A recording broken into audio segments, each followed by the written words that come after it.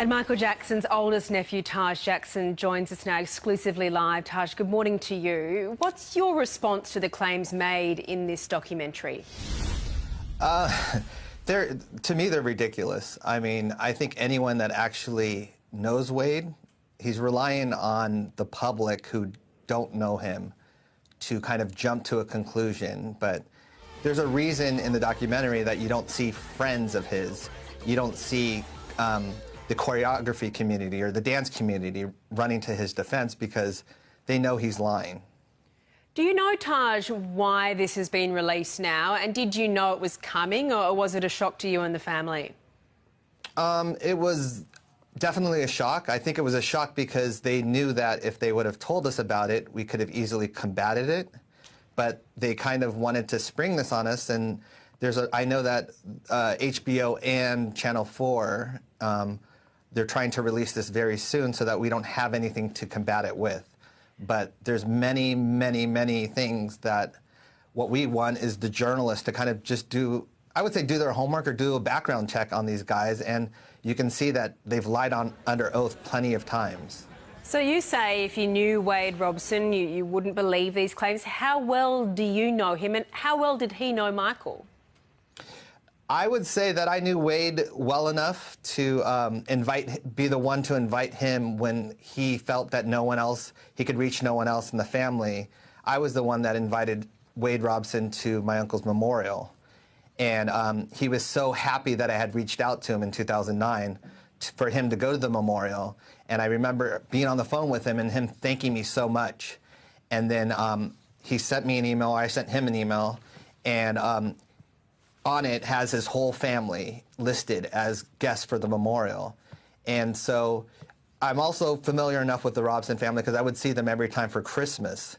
And his sister, Chantel, went to my birthday party in 2011 with her.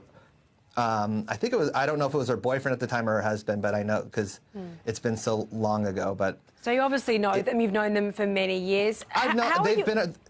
They've been around for many years around the family. Anyone that's been close to Michael knows them. That's, I think, the thing that has been so.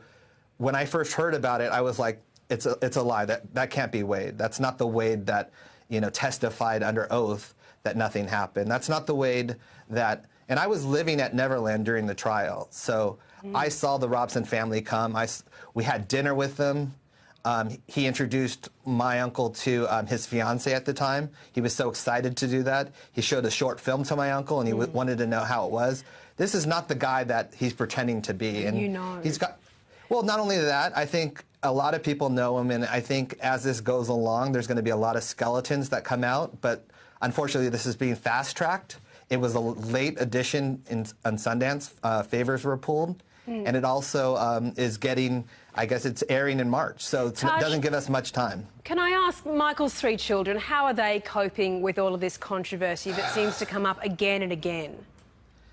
The saddest thing for me about that is that they've almost lost hope. They've lost hope that I talked to Prince about it, and for him, it's like nothing's going to change. It was almost a defeated attitude because he's lost faith in the media to report the truth. He's lost faith in the media to actually research and do their job of what they're supposed to do. You're not supposed to report something until you know both sides to it.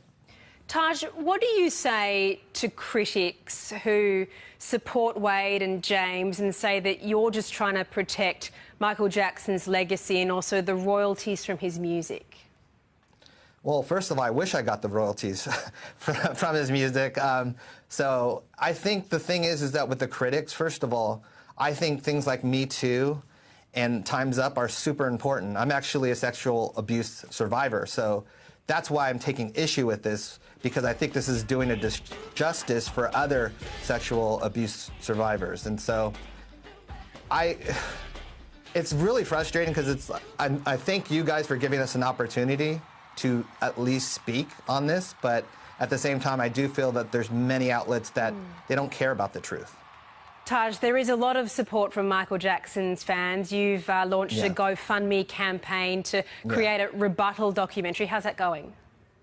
It's going well. You know, it's the last thing I wanted to do. I have a 2-month-old baby, and I thought 2019 was just going to be about spoiling her. But then I saw they kind of hit us over the head with this, and I was like, this is what I have to focus on as well. And it's not what I want to do. And I think the fans have been incredible because they've had to be. They've had to be their own detectives or their own journalists. They know more than anyone about this, and they fight back with facts and transcripts and clips, and they fight back with the truth. And that's all we're asking is just search for the truth. It's there.